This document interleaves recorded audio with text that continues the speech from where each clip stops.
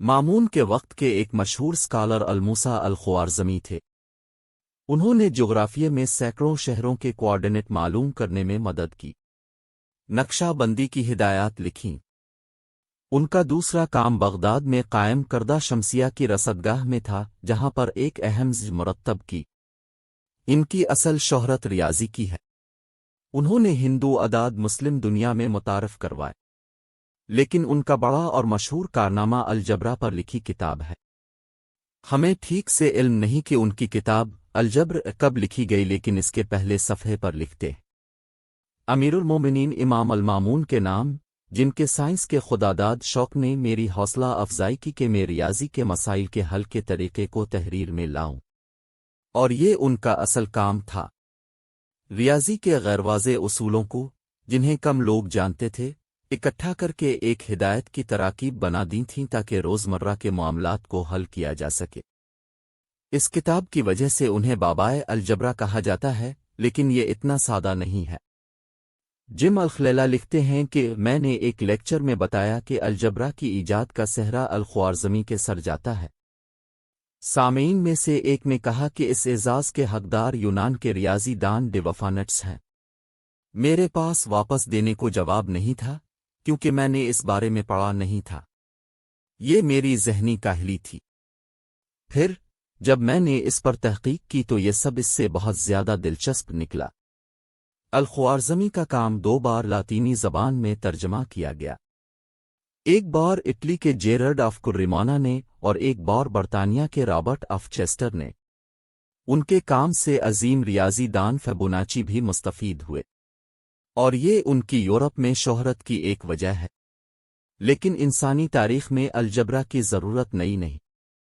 زراعت کے رقبے سے لے کر اقتصادیات کے مسائل، وراثت اور ٹیکس کا حساب، الجبرا کسی شکل میں بہت پہلے سے موجود تھا۔ بابل کی ایک تختی میں ہمیں ایسی مشق نظر آتی ہے جس کو حل کرنے کے لیے کوارڈریٹک ایکویشن کی ضرورت تھی۔ اقلیدس کی کتاب سے ایسی مثالیں لی جا سکتی ہیں جن کو آج بنیادی الجبرا میں پڑھایا جا سکتا ہے۔ اقلیدس انہیں جیومیٹری سے حل کرتے ہیں، جبکہ الجبرا کا حل زیادہ خوبصورت ہوتا، اور ڈیوفانٹس تو بڑی پیچیدہ مساوات حل کر رہے تھے۔ اگر یونان اور بابل میں ریاضی کی مساوات کو الخوارزمی سے پہلے حل کیا جا رہا تھا تو پھر انہیں الجبرا کا بانی کیوں کہا جائے؟ اور ہندوستان کے عظیم ریاضی دانوں جیسا کہ براہم گپتا کی خدمات کا شمار کہاں کیا جائے؟ یونان کے ڈیوفانٹس 3 صدی میں سکندریہ سے تھے۔ ان کی کتاب اعداد پر ہے، اور وہ نامعلوم اعداد کے لیے علامات کا استعمال کرتے ہیں۔ منفی اور مثبت کی ضرب، پاور وغیرہ کا استعمال کیا جاتا ہے۔ جدید نمبر تھیوری کے بانی پیرے ڈی فغماہے نے اپنا مشہور اخری تھیورم ڈیوفانٹس کی کتاب کے حاشیوں میں لکھا ہے۔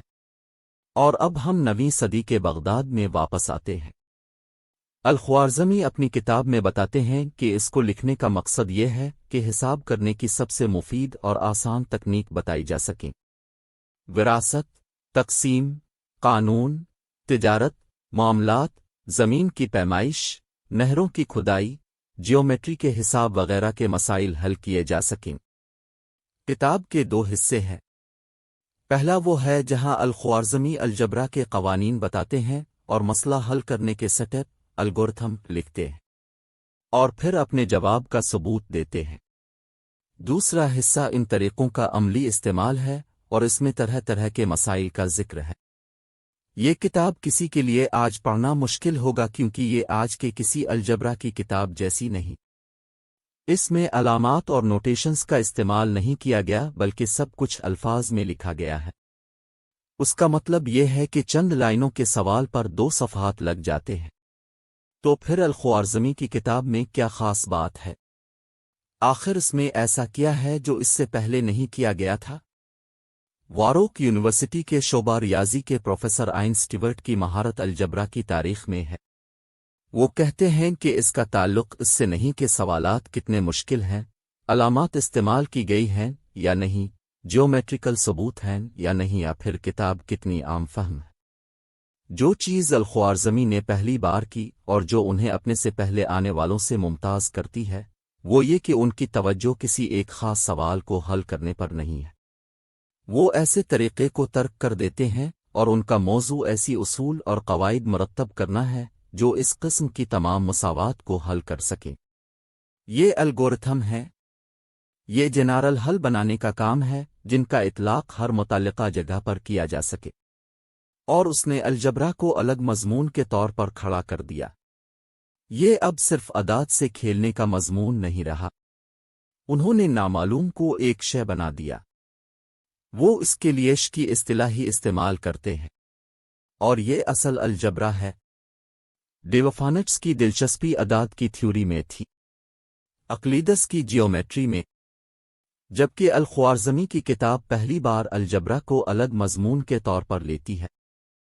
الخوارزمی کے بیانی الجبرا سے آج کے علامتی الجبرا تک کا سفر بہت آسودہ رہا۔ علامات کے استعمال سے الجبرا کی پہلی کتاب 1693 میں جان والس نے لکھی ہے۔ الفاظ کی جگہ پر علامات کا استعمال غیر متنازع نہیں رہا، لیکن اختصار کی وجہ سے بالآخر یہ جیت گیا۔ الخوارزمی کا انتقال 850 میں ہوا۔ وہ اس نئے شعبے کی بنیاد رکھ گئے تھے۔ ان کے نقش قدم پر چل کر ان کا کام آگے بڑھانے والوں میں ابو کامل، الکارخی، الطوسی، الفارسی، البست جیسے ریاضی دان تھے۔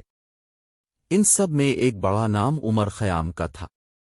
انہوں نے عربی کے بجائے فارسی میں لکھا ہے، اور کیوبک مساوات پر ان کا بڑا کام ہے۔ انہیں الجبرا اور ریاضی کے ذریعے حل کرنے کے طریقے بنائے۔ عمر خیام نے اپنی نوجوانی میں سورج گھڑی، پانی کی گھڑی اور اسٹرولیب کی مدد سے سال کی پیمائش کی، جو کہ 365.2429858156 دن کی تھی۔ یہ 6 ڈیسیمل جگہوں تک آج کی جدید کیلکولیشن سے مطابقت رکھتا ہے، اور یہ فرق بھی لازم نہیں کہ پیمائش کی انیکیارسی کی وجہ سے ہو۔ زمین کی گردش سست ہو رہی ہے۔ یہ فرق 1 صدی میں 2 ملی سیکنڈ کا ہے۔ اس کا مطلب یہ ہے کہ 1 سال میں دنوں کی تعداد کم ہو رہی ہے۔ عمر خیام کے وقت سے اب تک اس میں 0.02 سیکنڈ کا فرق پڑ گیا ہے۔ عمر خیام نے اس پیمائش کی بنیاد پر ایک کیلنڈر بنایا جو آج استعمال ہونے والے گریگورین کیلنڈر سے زیادہ ایکوریٹ تھا۔ گریگورین کیلنڈر میں 3330 سال میں ایک دن کا فرق پڑتا ہے۔ اس کیلنڈر کو 1079 میں بنایا گیا، اور اسے اس وقت کے سلجوق بادشاہ جلال الدین ملک کے نام پر تقوم جلالی کا نام دیا گیا۔ اس نے اس وقت کے رائج قمری کیلنڈر کی جگہ لی۔ آج اس کی ایک شکل ایران اور افغانستان میں استعمال کی جاتی ہے۔ جاری ہے۔